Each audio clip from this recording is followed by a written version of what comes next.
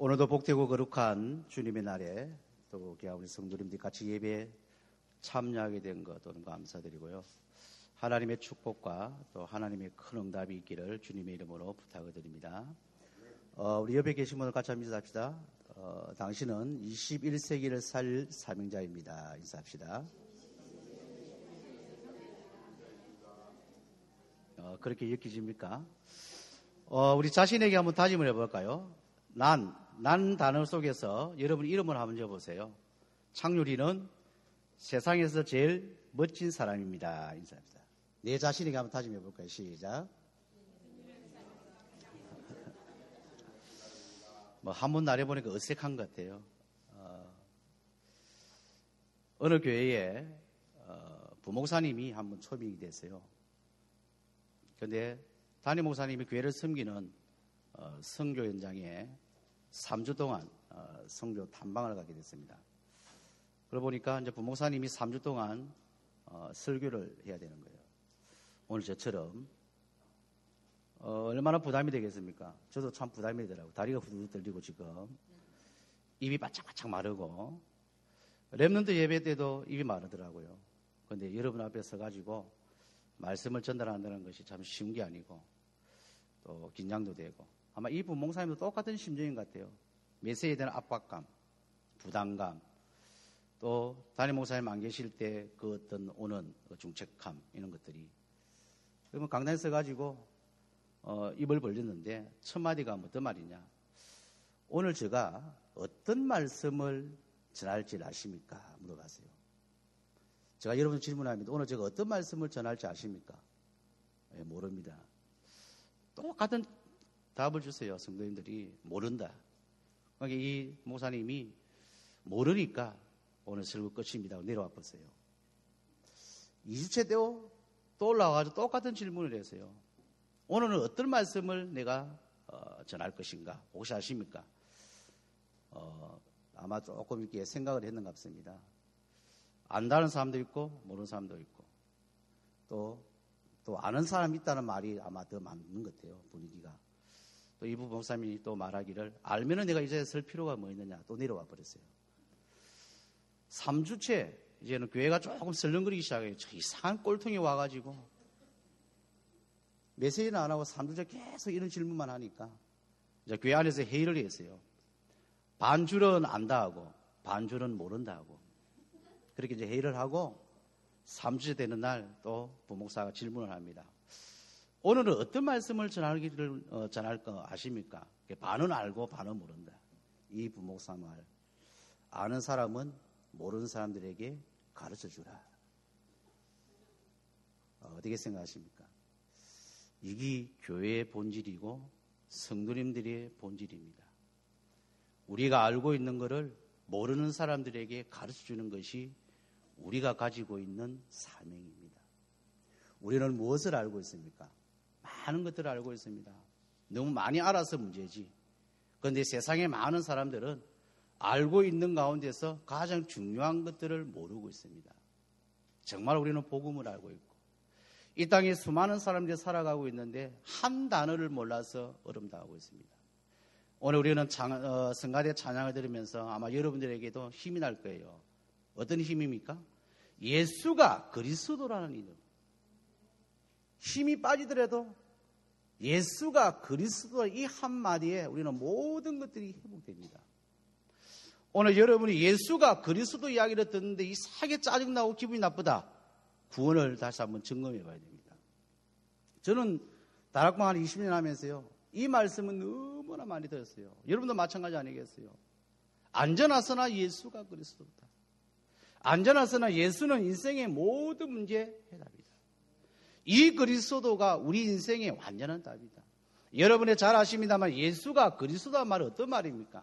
인생에 가지고 있는 세 가지 문제를 완전하게 해결하신 분이 바로 예수가 그리스도였습니다. 이 그리스도를 우리가 어떻게 누리고 어떻게 확인하고 어떻게 나의 것으로 삼고 살아가느냐에 따라서 모든 승패는 좌우됩니다. 왜 세상이 좋는데도 불구하고 왜 어려움당하고 있습니까? 지난주 유 목사님께서 그런 어떤 통계를 고백을 했습니다. 세상의 우울증 환자가 약 17%라고요. 왜 그렇습니까? 이유는 다른 거 아닌 것 같아요. 여러분도 현장에서 수많은 사람들을 만나고 있습니다. 만나는 사람들에게 거의 공통점이 하나 있어요. 방향 감각 자체가 없어요. 삶에 대한, 살아가야 대한 이유가 정확하게 발견되지 못하고 있더라고요. 저도 현장에서 만나는 사람들이 살아가는 이유가 없어요. 하루살이. 조금 전에 우리 장로님이 기도했습니다마는 말 그대로 벌레와 같이 하루를 살기 위해서 몸부림치고 있더라고요. 너무나 안타까운 인생이죠. 우리는 그런 인생이 아니기 때문에. 그래서 오늘 저는 설교 제목을 그렇게 한번 잡아봤습니다. 하나님이 기쁘시게 하는 삶이 과연 뭘까? 어떻게 하면 하나님을 기쁘시게 할까? 저희 목사님이 잘 쓰는 단어가 있죠. 하나님을 약 올리면은 되는 것도 안 된다. 그죠? 하나님을 기쁘게 하면은 안 되는 걸도 되게 돼 있습니다. 하나님을 약 올리면은요, 아무리 몸부림쳐도 안 되더라니까, 그래요. 하나님과 조금 우리가 방향만 맞추면은 하나님은 우리에게 우리가 상상치도 못하고 생각지도 못했던 것들을 하나님은 응답으로 우리에게 주시더라니까. 왜? 저는 하나님에 대한 속성은 그렇게 생각하고 있습니다. 하는 사람이 없기 때문에. 누가 합니까, 지금? 여러분의 주위에 수많은 우리 신자들을 만나보면은 누가 지금 이 렘넌트를 위해서, 교회를 위해서, 현장을 위해서, 영혼을 위해서 이렇게 우리가 복음을 전하려고 몸부림치는 이런 어떤 단체가 어디 있습니까? 안 그래요? 저는 없다고 생각해요. 우리 교회 슬로고가 있다니까 사도행전 13장 48, 1348이라고 이야기하잖아요. 오늘 렘넌트에게 질문을 했어요. 1348이 뭐냐? 목사님 나누기입니까? 곱하기입니까? 묻더라고요. 1348이 뭐냐 물어보니까 나누기 곱하기가 아닙니다. 사도행 13장 48절의 말씀을 우리는 늘 기억하고 있다니까. 예수 믿기로 작정된 자는 다 뭐하더라고요? 믿더라 했어요. 이 내용을 우리는 가슴에 각인하고 있다니까. 우리 교회가 추구하고 우리 교회가 구상하고 있는 전도의 나름대로 가지고 있는 색깔이라면은 예수 믿기로 준비된 자가 있다니까. 쉽게 하면은 창세기 3장 속에서 지금도 헤매고 있는 수많은 영혼들에게 내가 만난 예수 그리스도를 말하고 선포하는 것이 우리의 진정한 삶의 본질 아닐까. 오늘 저와 여러분의 교회 와가지고 말씀을 같이 나누고 예배 드리는 이 모든 시간들이 저는 다른 의미가 아닌 것 같아요. 이번 한 주간 동안도 사도행전 13장 48절에 숨겨나 있는 이 사람들에게 내가 만난 예수 그리스도를 정확하게 선포하고 정확하게 말하는 것을 하기 위하여 우리는 영적인 힘을 받고 현장에 나가기 위해서 교회에 왔다니까 그래요. 그래서 우리는 주일날 예배가 얼마나 소중하고 얼마나 중요합니까? 제가 오늘 렘넌트에게 그런 질문을 했어요. 토요일날만 되면은 내일 이제 주일이니까 교회만 생각하면은 어떤 마음이 드느냐? 막 가슴이 뛰고 막 밤에 잠이 안 오고 내일 가가지고 우리 장로님들 만날 것 생각하고 우리 교육자님들 만날 것 생각하고 우리 애들 만날 것 생각할 때 너무나 즐거워야 잠이 안 오느냐? 그런 애가 과연 있느냐? 몇 명 안 되더라고요. 근데 몇 명 있더라고 보니까요. 나머지는 참 오늘 또 주일이고 가야 되겠구나. 우리는 그런 개념이 아니죠. 여러분도 마찬가지 아니겠습니까? 저도 거짓말 조금 못해가지고 참 주일이 설레이더라고요. 거짓말 조금 못해가지고. 여러분 어떻습니까? 정말로 주일날 우리 와가지고 목사님 말씀을 듣고 그 말씀 들을 때마다 이 말씀에 대한 응답이 되고 이 말씀이 참 기대되고 이 말씀이 기다려지고 이 말씀이 안 들으면 막 이렇게 몸에 두드러기가 날 정도의 분위기입니까?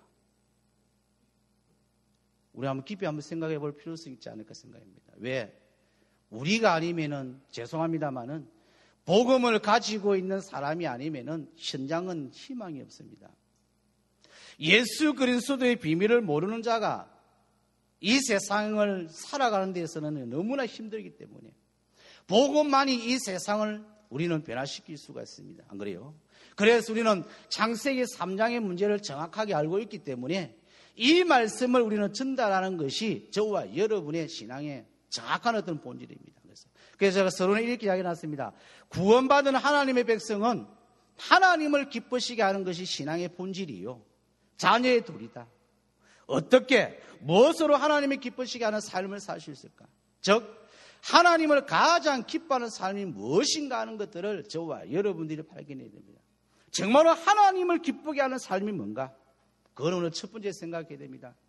지금 신장이 우리가 살아가면서 저와 여러분들에게 여러 각도 속에서 하나님의 영광, 하나님을 기쁘시게 못하게 만드는 존재가 있습니다. 그것이 뭡니까? 우리의 걸림돌입니다. 저도 마찬가지고 여러분도 마찬가지입니다. 이 걸림돌이 과연 뭘까요? 우리의 불신앙입니다. 우리는 불신앙을 없애버려야 됩니다. 불신앙을 과감하게 우리는 청산을 해야 됩니다. 그래요. 지금 우리가 정치 선거철을 앞두고요. 슬로건가 참 매력적인 슬로건가 많이 걸더라고요. 뭐 쇄신하자, 개혁하자, 바꾸자, 뭐가 바꾸겠습니까? 저는 이번 선거를 보니까요. 전쟁 같아요, 전쟁. 너무나 심각한, 너무나 살벌해가지고요. 그러면서 들으면서요. 마음 한구석에는 정말로 저 바탕에 복음이라는 것이 밑에 베이스에 깔리면 얼마나 좋을까. 복음이 들어가지 않으면 절대로 사람은 바뀌지 않습니다. 안 그래요? 우리가 가지고 있는 불신앙 이거 바뀌지 않으면 절대로 우리는 영적인 힘을 공급받을 수가 없습니다. 저는 그렇게 생각합니다. 아무리 우리가 말씀을 많이 듣고 아무리 우리가 은혜를 받는다 할지라도 내 자신이 가지고 있는 걸림돌, 즉 이 불신앙을 없애지 않는 이상은 절대로 우리는 한 발짝을 앞을 내다볼 수가 없고 갈 수가 없어요. 여러분은 잘 아신다니까 불신앙이 뭡니까? 하나님을 안 믿는 거예요. 여러분은 잘 아십니다. 불신앙이 뭡니까? 하나님의 자리에 내가 서 있는 것이 불신앙이라니까요. 지금은 창세기 3장 5절이 성취되는 것이 불신앙이라니까요. 하나님으로 들어가지 않고 하나님보다도 자기 자신을 만들어 앞세우는 것이 불신앙이라니까요. 그래요. 얼마나 이것이 교회 안에 또 우리가 살아가면서 얼마나 많이 지금 난무하고 있습니까? 요한복음 16장 9절에 이렇게 이야기했습니다. 죄가 뭐냐라고 이야기할 적에 그들이 나를 믿지 않는 것이 죄다라고 했습니다. 불신앙이 뭐라고요? 하나님을 믿지 않는다니까요. 하나님을 믿지 않으니까 결국은 내가 가지고 내가 살아왔던 모든 경험을 총동원해가지고 이 방식대로 이 색깔대로 이 생활 속에서 살아가다 보니까 결국은 뭡니까? 실패할 수밖에 없습니다. 성경은 또 이야기합니다. 로마서 10장 17절 말씀 보니까 우리는 하나님의 말씀으로 말미암아 이 모든 불신앙을 만다요 제거한다 했어요. 그래서 우리가 주일날 말씀 듣는 것이 얼마나 중요합니까? 오늘 아침에 여러분이 눈을 뜨자마자 어떤 기도를 했는지 모르겠습니다만은 우리는 아침마다 눈 뜰 때마다 주일날에 정말로 기도해야 됩니다. 오늘 하루에 내가 이 주일날에 정말로 강단에서 나오는 이 메시지를 가지고 생을 걸겠노라고. 여기에 내가 정말 인생을 결단하겠노라고. 이거를 가르쳐서 일주일 동안에 살아가는데 정말로 모든 문제가 이 문제 속에서 이 말씀 속에서 풀어져야 되겠구나. 그래서 우리는 주일날 아침 예배 이 1부 2부 예배 때 우리는 뭐 한다고요? 우리의 모든 잣대를 여기다 대야 됩니다. 그래요. 하나님의 말씀을 들을 때 요한복음 10장 11장 40절에도 하나님을 말씀을 믿을 때 뭐 한다고요? 하나님의 영광을 본다 했습니다. 우리의 불신앙을 저와 여러분들이 뭐를 가지고요? 말씀을 통해서. 그리고 우리는 우리의 걸림돌을 어떻게 지느냐? 우리의 영적인 문제를 생각해야 됩니다. 영적인 문제를 알고 있다면 반은 성공한 거 아닙니까? 그래요. 제일 무서운 사람이 어떤 사람입니까? 나는 영적인 문제가 없다라고 이야기하는 사람이 제일 무서운 사람인 것 같아요. 유 목사님께서 단어를 참 잘 인용했습니다. 우리의 무의식, 우리의 잠재 의식 속에 들어있는 이 영적인 문제를 우리는 말씀을 통해서 날마다 뭐 했나요? 치유됩니다. 제가 우리 렘넌트에게 그런 이야기를 참 많이 하고 있습니다. 렘넌트가 살아가는 데 있어서 공식이 있다. 세상 공부에도 공식이 아니 있습니까? 그래요. 수학을 잘하기 위해서는 수학의 공식만 잘하면 수학은 문제 푸는데 별 어려움이 없는 것처럼 렘넌트에 대한 공식이 뭘까? 수정되고 보완되고 완성되는 것이 렘넌트 공식이다.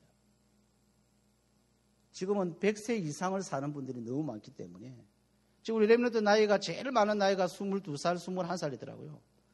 그럼 앞으로 살아갈 날 80년, 70년 동안 살아가야 되더라고요.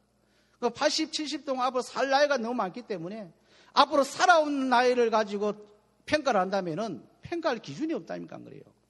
어떤 렘들은 인생을 너무 힘들다. 또 어떤 렘넌트는 인생을 포기를 했다. 얼마 살았다고 포기합니까? 그래요. 그래서 우리 렘넌트들이 그런 이야기합니다. 지금은 포기할 나이가 아니다. 뭐든지 도전장을 던지라.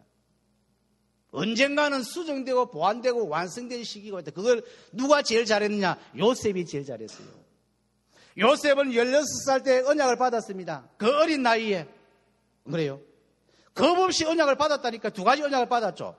하나는 가정보고마, 하나는 세계보고마. 그런데 그 언약을 이루는 과정은 13년 내지 14년이 걸렸어요.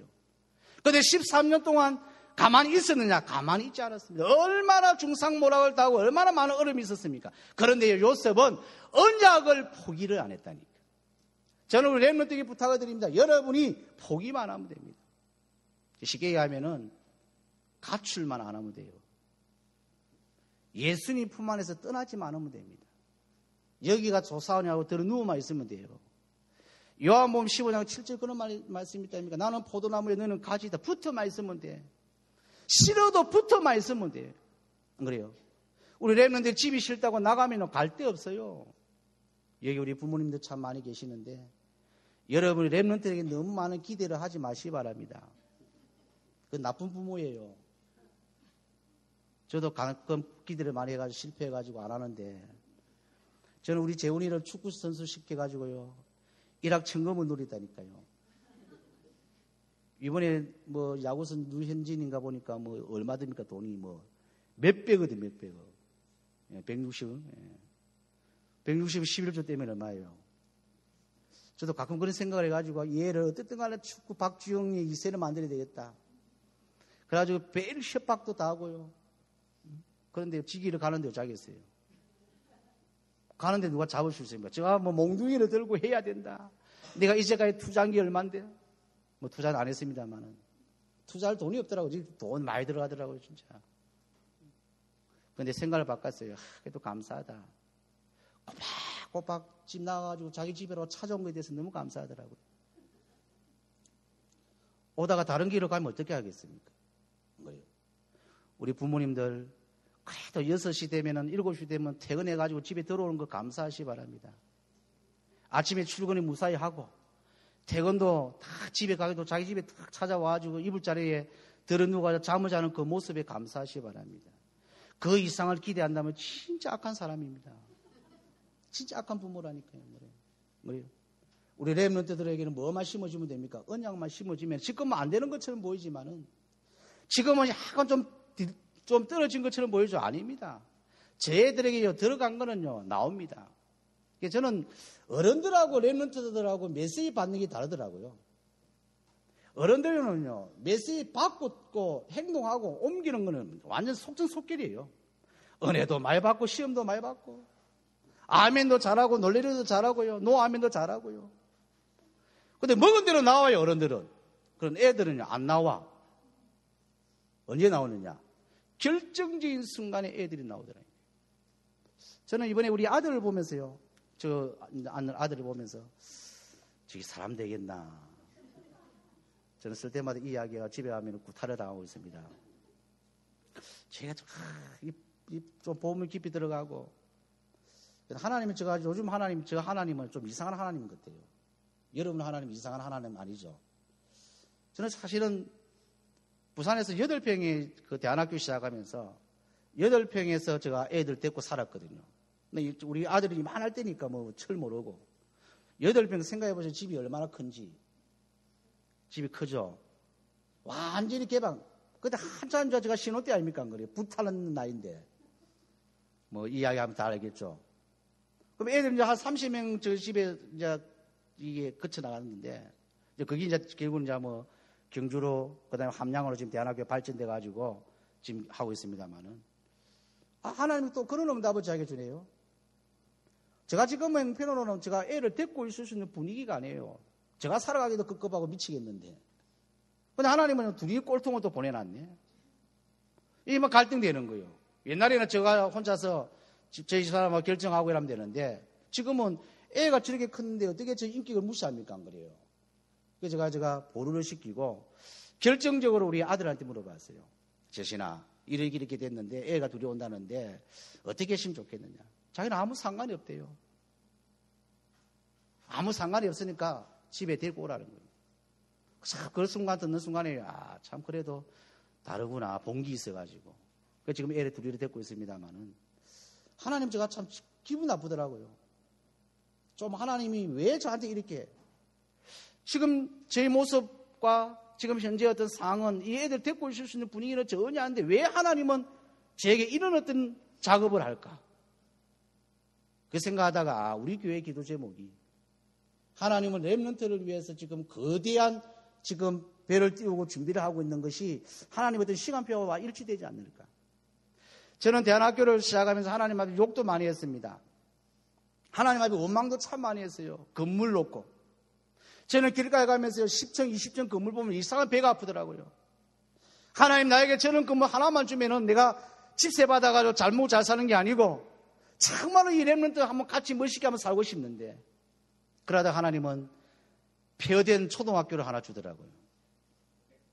그거 공사해가지고 시작해가지고 한 30명을 입학시켜가지고 지금 함양에 참 그렇게 하나님 응답을 연속적으로. 그래서 저는 이번에 하나님께서 저에게 응답을 주신 것이 이거를 통하여서 시작을 해라. 이것이 수도권의 대안학교를 만들 즉 우리 교회가 꿈꾸고 우리 교회가 지금 기도하고 있는 내용의 하나의 시발점이 되겠구나. 이런 어떤 생각을 참 하게 되었습니다. 그게 제가 보기에 답인 것 같아요. 그래서 저는 저 나름대로 우리 교회 성도님들이 렘넌트에 좀 하나 가지시면 좋겠어요. 렘넌트 하면은 자다가 깨다가 너무나 기뻐가지고요. 제가 아침에 좀 마음이 무겁더라고요. 애들이 있는데 교사가 없는 거예요. 우리 교회. 지금 우리 다락방에서는 렘넌트 교사를 모집하는 그런 분위기는 사실은 아닙니다. 저는 그렇게 생각해요. 렘넌트 교사 하십시오. 이런 분위기는 저는 아니다고 생각합니다. 렘넌트라면요, 우리 모든 교회가 힘을 모으고요, 서로 교사하려고. 교사 안에서 막 한 달이 날 정도로 이렇게 돼야 됩니다. 왜? 말 그대로는 21세기를 살 렘넌트라니까요. 저는 개인적으로 저는 저 자신이 희망이 없습니다. 그냥 이렇게 살다가 가면 돼요. 저는 하나님 앞에 그냥 이제 모습대로 그냥 이탈하지 않고 살다가 주님 앞에 가면 됩니다. 그런데 우리 렘넌트는 아니지 않습니까? 안 그래요? 우리 렘넌트는 우리와 같은 전체를 밝게 할 수는 없는 거 아니에요? 이는 전도자의 자존심입니다. 이는 복음 가지고 있는 자존심입니다. 우리가 복음을 몰라서 어려움당하고 복음을 몰라서 실패하고 복음을 몰라서 상처받고 복음을 몰라서 각인되어 있는 옛 과거 이거 모두 청산해야 되는데 왜 청산을 못하고 있었습니까? 복음이 못 썼어. 근데 우리 렘넌트는 아니잖아요. 우리 렘넌트들에게는 정말로 저희들 선미시대로 21세기 문화의 주인공으로 우리는 만들어야 될 자격이 있습니다. 안 그래요? 특별히 우리 교회는요, 다른 교회보다 다릅니다. 렘넌트와 복지를 강조하는 교회는요, 진짜 저는 축복받은 교회인 것 같아요. 여러분의 피부로 와 느끼진지 모르겠습니다만은, 진짜 우리 좀 피부로 느끼게 된 것 같아요. 옛날에 유목사님께서 초창기 부산에 할매들 몇 명 모시나 놓고, 앞으로 세계보험할 것이다. 세계 1천만 영혼을 찾을 것이다. 민족 40만 영혼을 찾을 것이다. 뭐 등등 또 뭐 지교회를 몇백 군데 할 것이다. 이 이야기할 때 한 명도 수용하지 않았어요. 지금도 힘들고 어렵는데 12평도 안 되는 이 콩만한 땅덩어리에서 어떻게 세계보험하고 어떻게 1천만 어떻게 민족보험만 12평 보험하도 안 되는데 이렇게 자문자답했어요. 근데 지금 시간이 지나가는 거 보라니까요. 근데 그 가운데 응답받은 사람이 있더라고요. 목사님 메시지가 부담이 되는 것처럼 느끼지만 그러나 그것이 언약이라고 생각하고 기도에 동참했던 사람들은 다 응답을 받더라고요. 혹시 여러분이 우리 담임 목사님께서 거대한 지금 그림을 그려가면서 지금 이끌어가고 있습니다. 때로는 우리에게 맞지 않는 것처럼 느껴질 때도 있을 거예요. 그런데 아멘 하시기 바랍니다. 그게 살 길이에요. 그게 정말 우리가 응답받는 비결이라니까요. 우리 교회가 지금 뭐 내년 6월 달에 제2의 장소로 우리가 태어난다. 아닌 것처럼 보이죠. 저는 맞다고 생각해요. 그런데 지금 우리가 가진 것도 없고 쩔쩔매고 있는데 그렇게 생각하면요. 계속 이 자리에 앉아 있어야 돼요. 왜 담임 목사님에게 그런 비전과 그런 마인드와 그런 어떤 기도 제목과 메시지를 주겠습니까? 분명히 하나님은 성취될 것을 알고 주었다니까요. 여러분 다락방 안 해봤습니까 혹시? 다락방 해봐도 우리에게 메시지를 줍니다. 하물며 365일 동안 메시지를 위해서 기도하는 주의 종이 이 자리에 서서 이야기를 할 때 하나님 메시지 안 준다고 생각합니까? 저는 준다고 생각해요. 그러나 우리 교회 어마어마한 메시지를 하나님이 주셨다니까요. 이거를 위해서 우리는 정말로 뭐 했냐? 원네스해야 돼요. 다른 게 아닙니다. 언약의 원네스가 돼야 돼요. 이게 아닙니다. 다른 게 아닙니다. 비전에 대한 원네스가 돼야 됩니다. 목회의 방향에 대한 원네스가 돼야 됩니다. 안 그래요? 그래서 우리는 전송들님들이 복지와 랩런트, 대안학교 이런 모든 부분에 만들어 총 힘을 모아야 됩니다. 힘을 모아가지고 뭐가 시작돼야 된다고요? 기도가 시작돼요. 이럴 때 하나님은 뭐하나요? 응답의 문을. 하나님은 그것 때부터 우리에게 뭐를 모든 문들을 열주실 것입니다. 하나님은 저와 여러분들에게 걸림돌이라는 이 단어 속에 세 번째 생각해야 됩니다. 무기력이 없어야 됩니다. 우리는 살아가면서 참 많이 있다면 안 그래요. 언약의 백성이 가져야 될 삶 가운데서 가장 중요한 것입니다. 저는 세상에서 많은 사람들과 접촉하면서 제일 무서운 병이 무기력이더라고요. 저는 한때 저 서울역에 가가지고 노숙자를 한번 만나봤어요. 노숙자의 하루 인생이 뭘까 고민해봤어요. 이분들이 하루에 뭐만 있으면 희망을 가지느냐? 소주 한 병과 새우깡 하나면 희망을 가지더라고요. 근데 그거 사는 데는 쉽게 사더라고요. 2인 1조 팀이 돼가지고 하여튼 이 인간들도 2인 1조더라고요. 2인 1조 팀이 돼가지고 구글을 하는데 한 명이 1,000원, 한 명이 1,000원 받아가지고 2,000원 가지고요. 소주 사고 새우깡 사가지고 그거를 하루에 즐기고 그게 최고의 낙이더라고요. 그러다 보니까 깨끗한 사람도 참 많아요. 저는 그런 사람 보면 지금은 열받아요. 저는 현장에 지금 가가지고 보니까요. 진짜 열받겠더라고요. 조금만 생각만 조금만 바꾸면요. 살아가는 제가 보는데 불편함이 없더라고요. 그러니까 한국은 그래도 노력한 것만큼은 대가가 지불 받는 것이 한국이더라고요. 앉아가지고 노숙자 저는요 그 사람 보면 진짜 등시고 비시고 바보고 국가 사전에는 요건 다 하고 싶어요. 아니더라니까요. 이 무기력이라는 것이 얼마나 무섭는지. 사람을 만들어 완전히 홀드시킨다니까 그래요. 사람이 인간 자체를 완전 마비시킨다니까 그래요. 그래서 우리의 걸림돌을 강함하게 뭐냐 불신앙과 영적인 문제와 우리의 무기력 자체를 뭐를 가지고요 말씀을 통해서 완전히 바꿔야 됩니다. 그리고 우리는 큰 두 번째입니다. 하나님의 기쁘시게 하는 삶이 뭐라고요? 하나님의 능력을 체험하는 삶입니다. 우리는 하나님의 자녀의 신분을 가지고 있습니다. 영원히 멸망받고 영원히 죽을 수밖에 없는 저와 여러분들을 예수님에게서 단번에 십자가에서 모든 문제를 끝냈습니다. 요한복음 1장 12절 어마어마한 메시지를 우리에게 줬다니까요. 영접하는 자 곧 그 이름을 믿는 자들에게는 하나님의 자녀가 되는 뭘 했다고요? 권세를 줬다라고 이야기했습니다. 유 목사님께서 이야기했습니다. 권세는 위에서 내려온 거라니까요. 우리에게 하나님께서 뭐 하라고요? 사용을 하라고. 마가복음 3장 13절 15절 말씀만 보라니까요. 자기가 원하는 자를 부르고 함께하고 전도도 하고 귀신을 내어 쫓는 모든 권세를 말하여 주셨다 했습니다. 그러면 우리는 이 권세를 사용하면 됩니다. 하나님을 기쁘시게 하는 두 번째가 뭐라고요? 하나님의 능력을 날마다 우리는 만들어 체험해야 됩니다. 요한복음 3장 16절 말씀은 하나님은 우리를 너무나 사랑한다고 이야기했습니다. 세상 62억 가운데서 가장 사랑하는 사람이 누구냐? 저와 여러분들입니다. 오늘 집에 가서 자신에게 한번 마법을 한번 걸어보시기 바랍니다. 세계 62억 가운데서 내가 제일 멋있고 너무나 하나님의 사랑을 받는 사람이구나. 저는 가끔 그런 생각 참 많이 합니다. 저는 거울을 참 많이 보거든요. 볼 때마다 저 자신에게 이런 질문하면 참 멋있다. 이번에 이제 죄송합니다. 현장에서 어떤 친구들이 왔어요. 근데 보니까 사범대학 다니다가 온 친구도 있고, 또 공무원 다니는 친구가 있어요. 우리 장로님은 현장에 대해서 잘 알 겁니다. 현장은요, 완전히 보니까 너무나 살벌하더라고요. 인사도 없고, 말도 없고. 그 제가 보니까 또 보니까 두 명이 안 보이는 애가 있더라고요. 그래서 가가지고 스킨십을 했어요.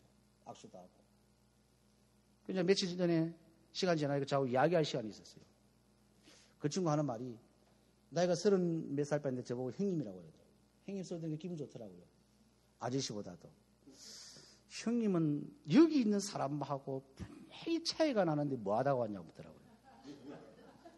근데 신문은 바뀔 수가 없고, 제가 아니까 신문을 안 바뀌었으면 언젠가 터뜨리려고. 그래서 제가 대안학교 교장 선생님이었다. 그러게 지금 하는 말이, 그래, 뭔가 다르더라. 뭐가 다르느냐. 이 현장은요, 아는 척을 안 하는데, 그런데 형님은 오자마자 손잡고 막 안아주고 반갑다고 하고, 그게 자연스럽게 나오는 모습 보고 자기 이상하게 생각해요. 그래서 제가 그런 이야기, 저는 사람을 참 좋아한다. 그 이야기를 참 하게 된대요. 현장에 가보니까 그런 어떤 사람들이 참 많이 있더라고요. 우리가 하나님의 능력을 알아야 될 이유가 있습니다. 하나님의 능력을 몰라서, 하나님의 축복을 몰라서 죽어가는 수많은 사람들에게 이 하나님의 능력을 우리는 압니다. 그래서 하나님은 저와 여러분들에게 어마어마한 신분을 주셨습니다. 우리는 절대로 망하지 않는 존재로 우리를 불렀다니까요. 우리는 망할 수가 없습니다. 오늘부터 저와 여러분을 망하려고 몸부림친다 할지라도 망할 수가 없어요. 누가복음 10장 19절에 분명히 우리에게 이야기했습니다. 내가 너희에게 병과 정갈을 밟으며 원수의 모든 능력을 제어할 권능을 우리에게 주셨습니다. 하나님은 저와 여러분을 가는 곳곳마다, 그래서 한 주 동안 기도하시기 바랍니다. 우리 현장의 역사하는 모든 흑암의 세력이 예수 그리스도 이름 앞에 완전하게 결박받고 떠나갈지어다. 정말 기도하시기 바랍니다. 여러분과 우리의 모든 가정에 복음을 받지 못하고 복음에 뿌리내지 못하게 만드는 이 흑암의 조직이 예수 그리스도 이름 앞에 완전히 결박받고 떠나갈지어다. 안 그래요? 우리는 이 권세를 날마다 매일마다 사용해야 됩니다. 그리고 나는 하나님의 능력을 알고 있다면 나는 하나님의 자녀라는 사실을 날마다 누려야 됩니다. 이것이 뭡니까? 정체성이라니까요. 나의 정체성을 우리는 만나요. 확인해야 됩니다. 혈육증 걸려 38년 된 이 여인 안 보라니까요. 예수님이 어떤 분인가 알았다니까요. 하나님의 능력을 뭔가 알았다니까요. 하나님의 능력을 알고 나는 하나님의 자녀라는 사실을 알고 예수님 옷자락만 만져도 내가 가지고 있는 문제가 해결될 거라는 사실을 믿었다니까요. 우리는 하나님의 자녀이기 때문에요. 어떤 문제와 어떤 사건과 어떤 어려움이 있다 할지라도 우리가 기도한 수만 있다면 된다고 저는 생각해요. 여러분의 문제 속에서 내가 기도해야 되겠다. 이 마음만 가지도 하나님은 우리에게 뭐를 분명한 응답을 좀 준다고 생각합니다. 혹시 오늘 살아가면서 힘들고 어려울 때마다 그렇다고 포기하는 게 아니라, 포기하는 것이 아니라 기도해야 되겠구나. 기도하면 되겠지. 이 마음만 갖더라도 하나님은 분명하게 우리에게 뭐를 저는 응답을 준다고 생각합니다. 왜? 하나님의 자녀이기 때문에. 하나님의 자녀는 주님께서 끝까지 만나요. 포기하지 않습니다. 여러분의 자녀가 집을 나갔다 포기하겠어요? 포기 안 합니다. 하나님의 자녀는 끝까지 언제까지요? 하나님 품으로 돌아올 때까지 하나님은 계속 작업을 해나갑니다. 저는 이런 경험을 짧은 인생 살아오면서 참 많이 해봤어요. 저 마음대로 사는 것처럼 보이지만은 하나님께서 리모컨을 가지고 조종을 하고 있더라고요. 움직일 수가 없어요. 갈 수가 없더라니까요. 마음대로 할 수가 없더라니까요. 하나님의 리모컨 속에 들어오면요 꼼짝도 못 하더라고요. 지금도 하나님은 리모컨을 가지고 우리 인생을 조절하고 있습니다. 왜 그런지 압니까? 하나님의 자녀이기 때문에. 하나님의 자녀가 망하면 안 되는 걸 하나님이 너무나 잘 안다니까요. 하나님의 자녀가 현장에서 실패하면 하나님을 쪽팔리게 하기 때문에 안 되기 때문에 하나님은 24시간 우리를 지켜보고 있다니까요. 그래서 지뢰와 똑같대, 지뢰. 끝까지 하나님은 추적해 나가더라고요. 언제까지요? 올 때까지. 그래서 도망가지 마시기 바랍니다. 도망가야 봐야 분명히 잡혀옵니다. 그래요. 다 도망가가지고 잡혀온 우리 외인 구단 아닙니까? 우리 조직은요, 무서운 조직입니다. 그래요. 우리는 세상에 708, 이런 파하고 달라요. 우리는 그리스도의 조직을 가지고 있는 사람이라니까요. 우리는 지금 셰르킹이 다 똑같아요. 예수 보혈의 피라니까요. 그래서 우리를 가리켜서 형제, 자매요, 지체라고 이야기한다니까요. 그리고 우리는 뭐가 같습니다? 언약이 같다니까요. 비전이 같다니까요. 마인드가 같다니까요. 목표가 같다니까요. 안 그래요? 그래서 우리 교회는 멋있는 교회입니다. 배론가 봐요. 그럼 여러분 개인이 옆에 계시면 얼마나 멋있습니까? 한 번만 안아주세요. 참 썩먹하네요. 한 번만 안아봐 주세요. 당신을 사랑합니다.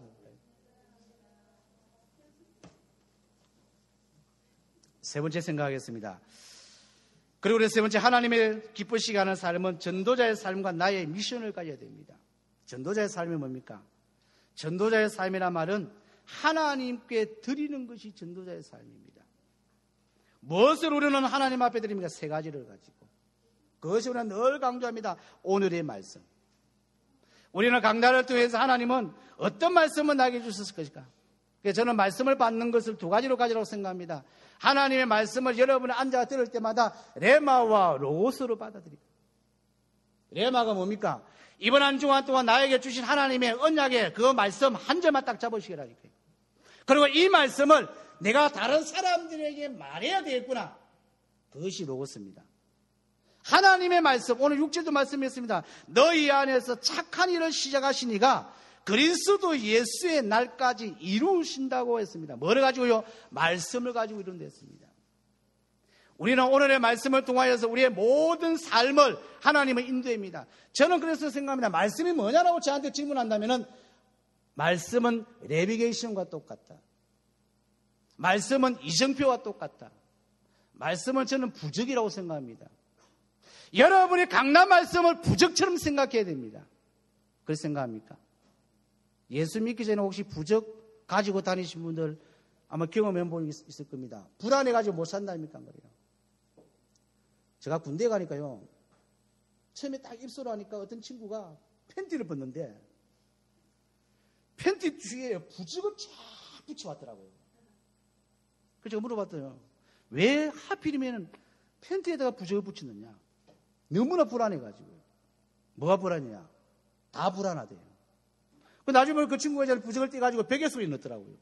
왜 불안냐? 잠잘 때 혹시나 가해에 누울까 싶어가지고.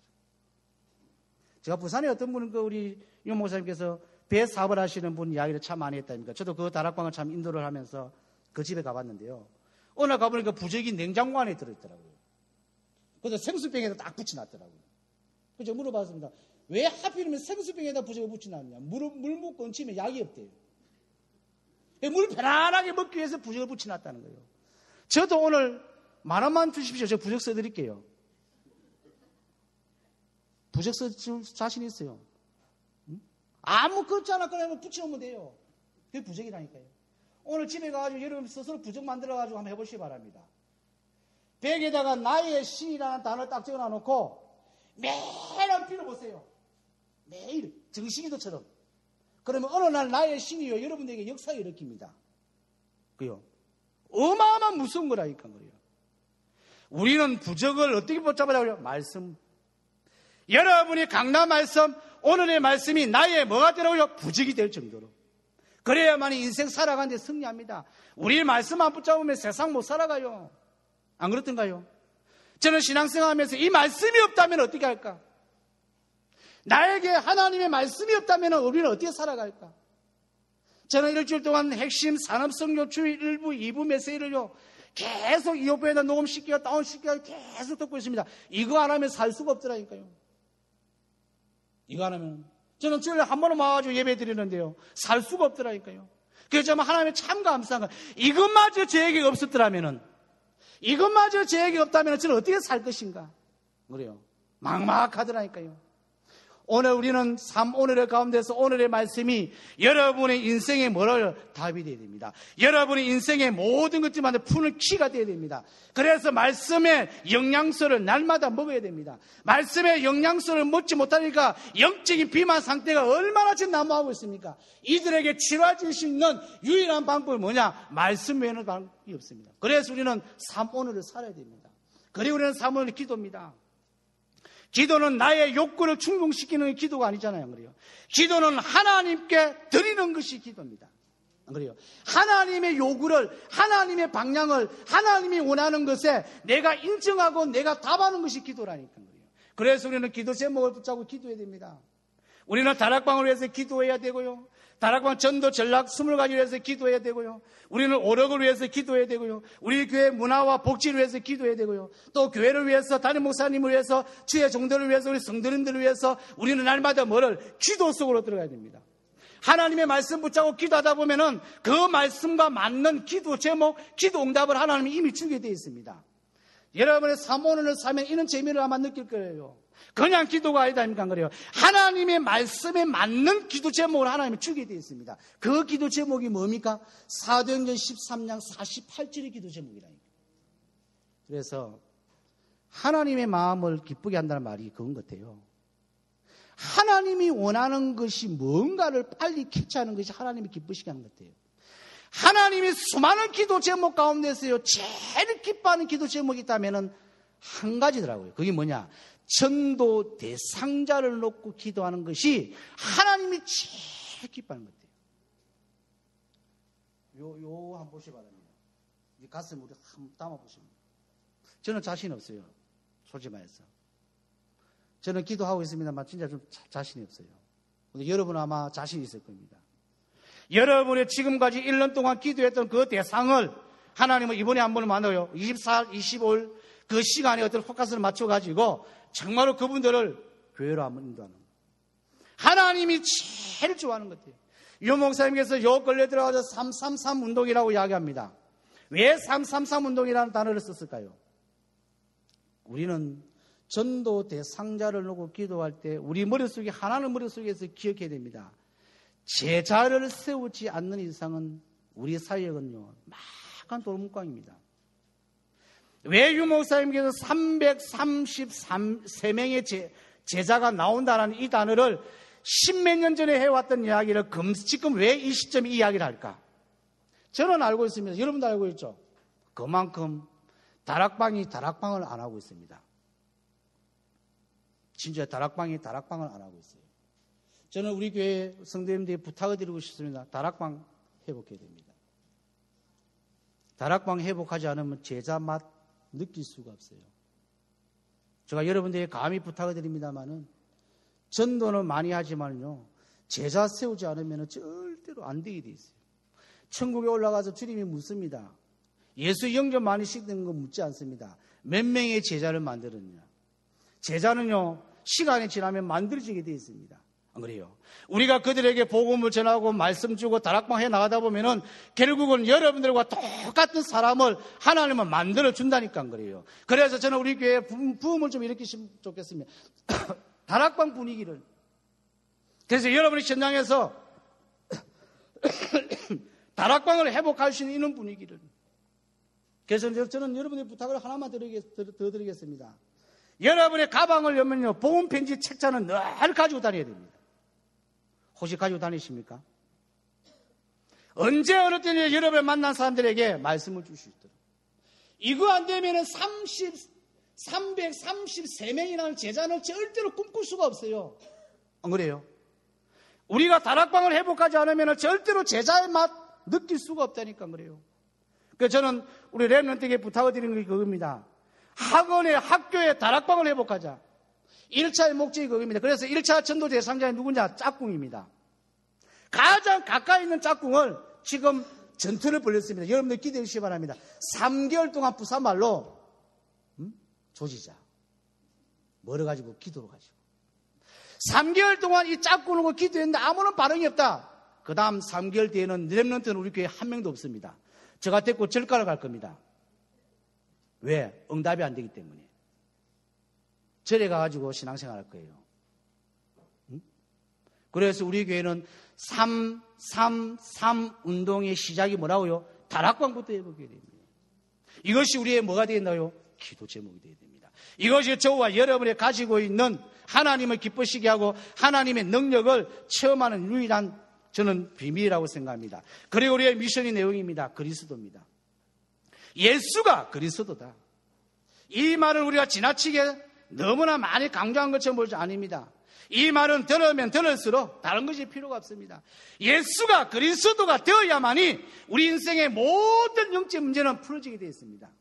바울도 그런 고백했습니다. 바울은 예수 믿기 전에 여러분 잘 안다면 바울은 박사학위 7개를 가지고요. 그 당시에 바울은 육신적으로 육신적으로 부족한 것이 하나도 없었어요. 로마의 시민권을 가졌고 세상에서 꿀릴 게 하나도 없었다니까요. 그런데 바울이 약점이 하나 있었습니다. 그것이 뭐였습니까? 예수를 몰랐다니까요.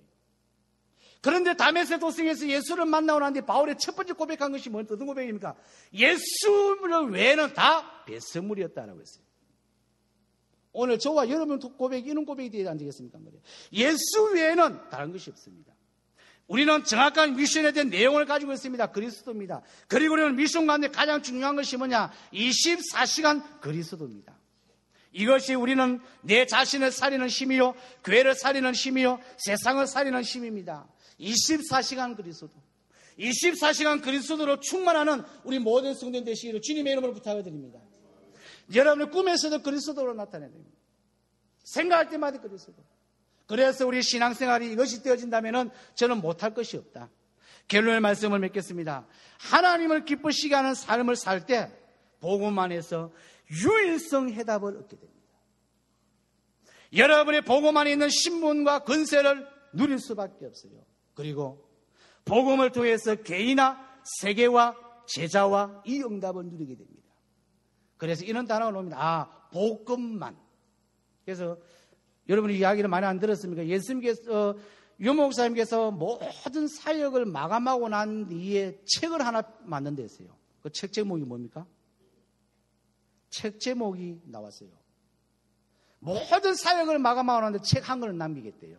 그 책 제목이 뭐냐? 예수가 다다. 수도권 말로 예수가 전부다. 예수가 다다. 여러분, 하나님을 기쁘시게 하는 삶의 결론이 복음이 다다. 복음만 다 되는 것이구나. 두 번째입니다. 하나님을 기쁘시게 할 때요, 우리는 브릿지 역할을 감당합니다. 뭡니까? 다리 역할을 합니다. 저는 우리 교회 다리 역할을 하시는 분이 참 많이 나왔으면 좋겠습니다. 하나님과 인간관계의 다리 역할. 우리는 알고 있습니다. 메시지 알고 있습니다. 답 알고 있습니다. 전략 알고 있습니다. 부족한 것이 저는 하나도 없다고 생각합니다. 그리고 우리는요, 사람과 사람 사이의 다리 역할. 앞으로 우리 교회는 새신자도 오고 어른 분도 오고 힘든 자도 올 것입니다. 누가 다리 역할을 하겠습니까? 그래서 우리 교회 안에는요, EBS 요원이 참 많아야 됩니다. 그 사람들에게 정말 힘을 주고요. 그래서 저는 대안학교를 하면서요, 공식 몇 가지를 참 생각나게 됐어요. 인간관계를 푸는 공식이 뭘까? 사람과 사람 관계를 푸는 공식이 뭘까? 저는 메시지 가운데서 깨달았어요. 포용하고 수용하고 추후라는 것이 인간관계를 푸는 공식이에요. 저는 우리 교회 성도님들에게 인간관계 때문에 어렵다고, 사람 때문에 어렵다고, 사람 때문에 힘들고, 사람 때문에 사역에 어떤 진보가 나타나지 않다면은 이거는 얼마나 안타까운 일입니까? 우리가 지금 어떤 멤버의 구성원입니까? 우리 모임의 구성원이 지금 어떤 구성원입니까? 저는 구성원 멤버가 참 중요하다고 생각해요. 우리는 죄송합니다만은 우리는 인생에 지금 시간을 낭비할 수 있는 그런 여유가 없는 것 같아요. 그래요. 그래서 우리 교회는 저는 자주 쓰는 단어 있다 아닙니까? 그래요. 가축적인 분위기를 만드시면 좋겠어요. 가족적인 분위기가 아니고 가축적인 분위기. 그래요. 그래서 사람과 사람 관계에 일어났던 갈등들을 정말 브릿지 역할을 해줄 수 있는 그런 어떤 사람들이 우리 교회 요소마다 일어난다면은 이곳에 새 신자가 오고 누가 오든 간에 용광로처럼 녹아버리는 이런 어떤 영적인 분위기가 우리 교회에 저는 된다고 생각합니다. 그런 가능성을 저는 충분하게 우리 성도들 다 가지고 있어요. 그래요. 그리고 세 번째입니다. 일과 일 속에서 브릿지 역할을 해야 됩니다. 앞으로 우리 교회는 많은 일들이 진행되어 가고 있습니다. 내가 아니면 안 된다는 이 개념은요, 진짜 무서운 개념입니다. 그래서 저는 우리 교회 부탁을 드립니다. 1년에 쓸 기회도 없다니까 그래요. 쓸 때 말씀드리겠습니다. 갈렙이만 하시면 좋겠어요. 여호수아와 갈렙은 친구입니다. 그런데 갈렙은요, 여호수아를 인정했습니다. 저는 갈렙이 우리 교회에 참 많으시면 좋겠어요. 저 개인적으로 부탁을 드리고 기도 제목입니다. 갈렙이 말해야만 교회는 움직인다. 지도자는 한 명만 있으면 됩니다. 저도 진작에 가보니까 사공이 많으니까요, 배가 산을 가는 거 진짜 처음 했어요. 사공이 많으면 일이 안 되더라고요. 교회도 어때요? 사공이 많으면 교회가 거꾸로 갑니다. 그래서 저는 결론적으로 생각합니다. 조금이라도 마귀를 기쁘게 하는 일은 우리 교회에서는 없어야 됩니다. 사단을 즐겁게 하는 것은 정말 없어야 된다. 그리고 모든 것들을 우리 양보하는데 어디에다가 초점하느냐? 렘넌트 살리는데 내가 양보할 거라면 가감하게 양보하는 그런 우리 교회 교인 되시면 좋겠어요. 내가 이 일에 렘넌트에게 손해가 되고 렘넌트에 방해된다면 나는 과감하게 모든 것들을 내려놓는, 정치학적으로 이야기한다면 기득권을 내려놓는. 그래서 하나님을 기쁘시게 하는 삶은 다른 게 아닌 것 같아요. 내가 하나님을 사랑하고 하나님을 좋아할 때 하나님은 그 부분에 대한 응답을 주실 것입니다. 이번은 한 주간 동안 하나님을 기쁘시게 하는 우리 모든 사랑하는 성도 되시기를 주님의 이름으로 부탁을 드립니다. 살아계신 아버지 하나님께